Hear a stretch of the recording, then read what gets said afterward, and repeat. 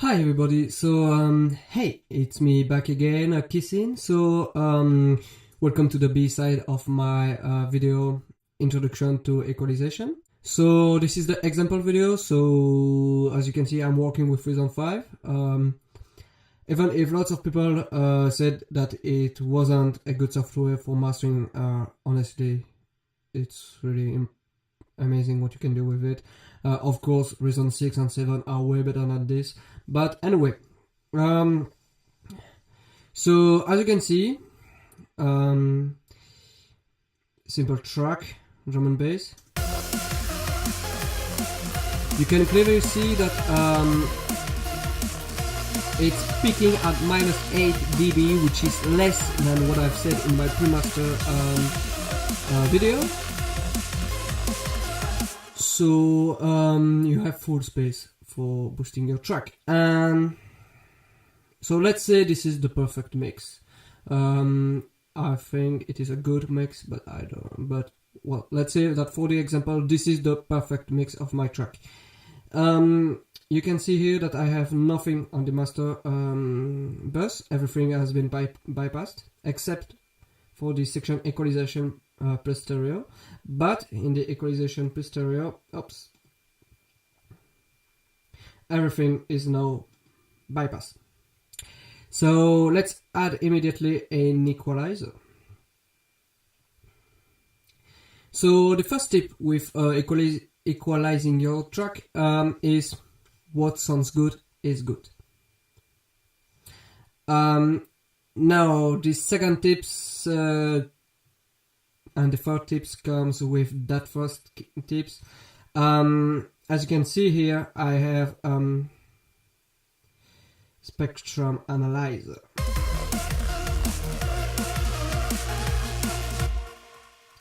And you can see that the curve here is more or less a diagonal, where the top is from the base to the high. And honestly, this is only something to calibrate your mix and your master. You can deviate from that diagonal, honestly, but you can use the spectrum analyzer, use it to master the best way possible your track. Before I start to equalize that track, I recommend you, if you haven't already, to watch my previous video if you wanna fully understand what I'm saying and what I'm doing. So let's start immediately. So as you can see, it's a track with no vocals, only synth, little bass, drums, reverb, and all this stuff.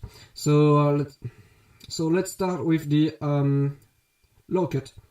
This is really important to low cut your tracks because before here it's 40 Hz. These are frequencies that you can't hear.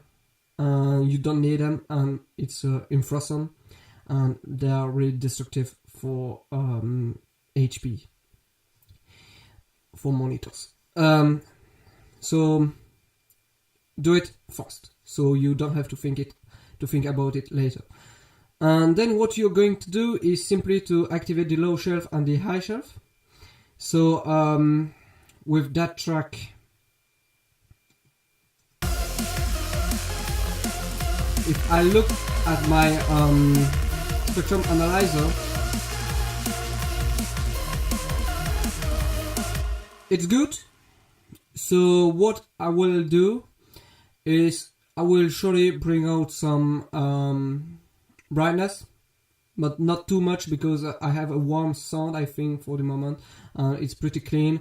So I will just boost this a little bit to give more brightness to the sound, more clarity. And I will surely boost the low frequencies a bit more to have more impact and to really feel the sub, because now I can't really, but this is because the volume is really low. So I will set the frequency here just before 200 Hz.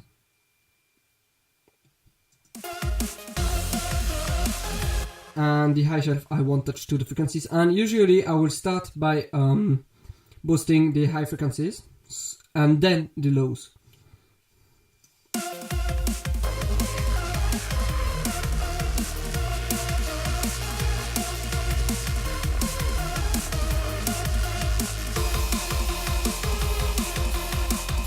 Okay, so as you can hear, it doesn't need much more frequencies because after this it will become crispy. I do not want that.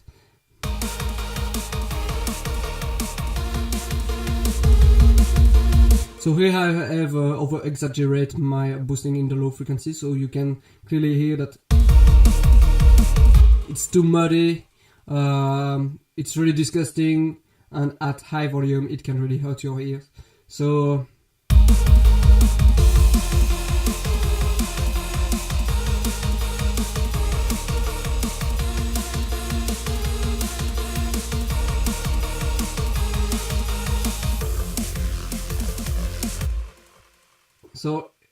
So it is. Now, what I will give you as another tips is try to use as much as possible the bypass or effects knob, so you can clearly hear the difference between each. So let's do it right now. Pretty punchy, pretty clear, clean. Ups, one up, and without.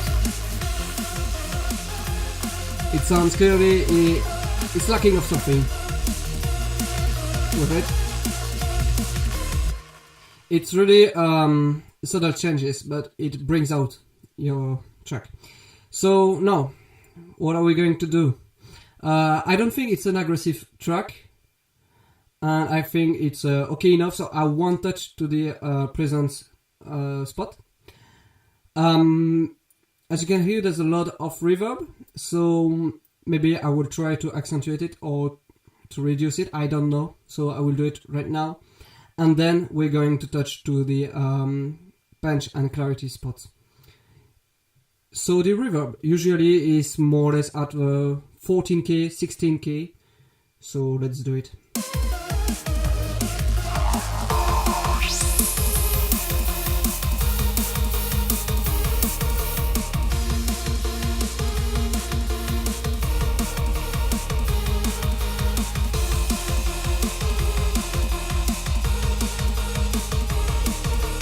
Okay, I think it's better like this, just to reduce a little bit the reverb.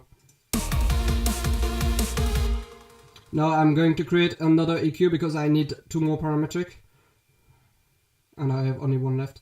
Okay, so I activate it. When working with EQ, it's always better to work from the high frequencies to the low frequencies. So I will, with this knob, boost the clarity spot.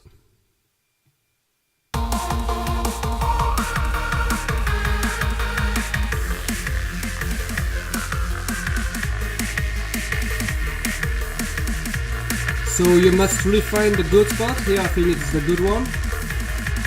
And so I reduce it, all I think is right.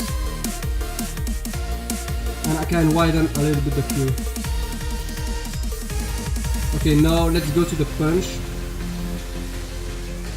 Always activate the low cut.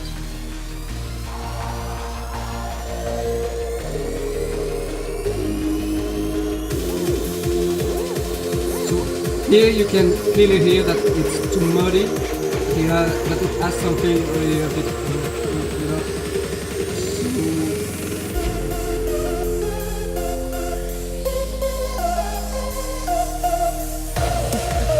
I think that 600 Hz is the best, and I will reduce it.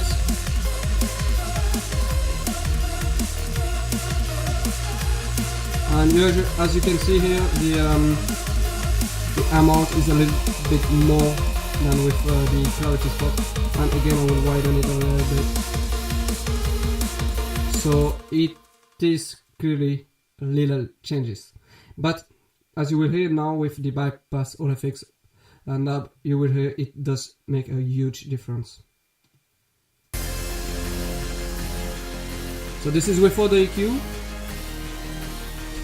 and with it, clearly punchier, without losing the clean sound, without losing the definition of our sound, but it's a little bit fuller.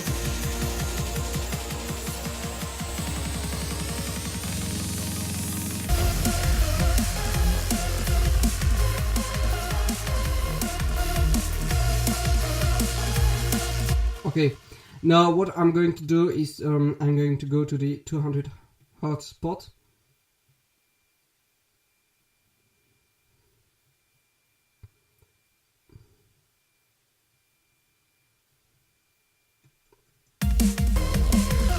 So this is a bit too thin, but I'm going to widen a little bit the Q after. Look. As you can see, from 4 to 0 dB, there is no difference. You can clearly hear it.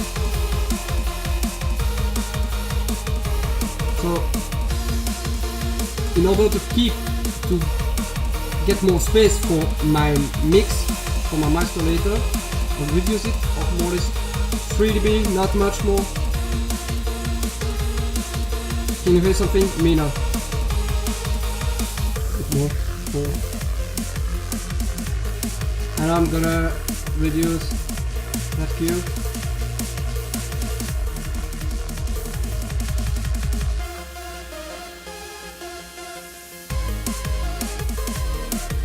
I can't hear a difference, but you're getting more space for your master. Okay, so that was it. I've EQ'd my track with 2 EQ here. There's other way to EQ a track for when mastering, so we'll talk about it in other videos. So I hope this was useful and put into practice what I've teach you in last video. I will see you soon in another video tutorial about mastering. Have a nice day, everyone, and don't forget to subscribe if you liked it, and go check my SoundCloud, Facebook pages, link below. Bye bye.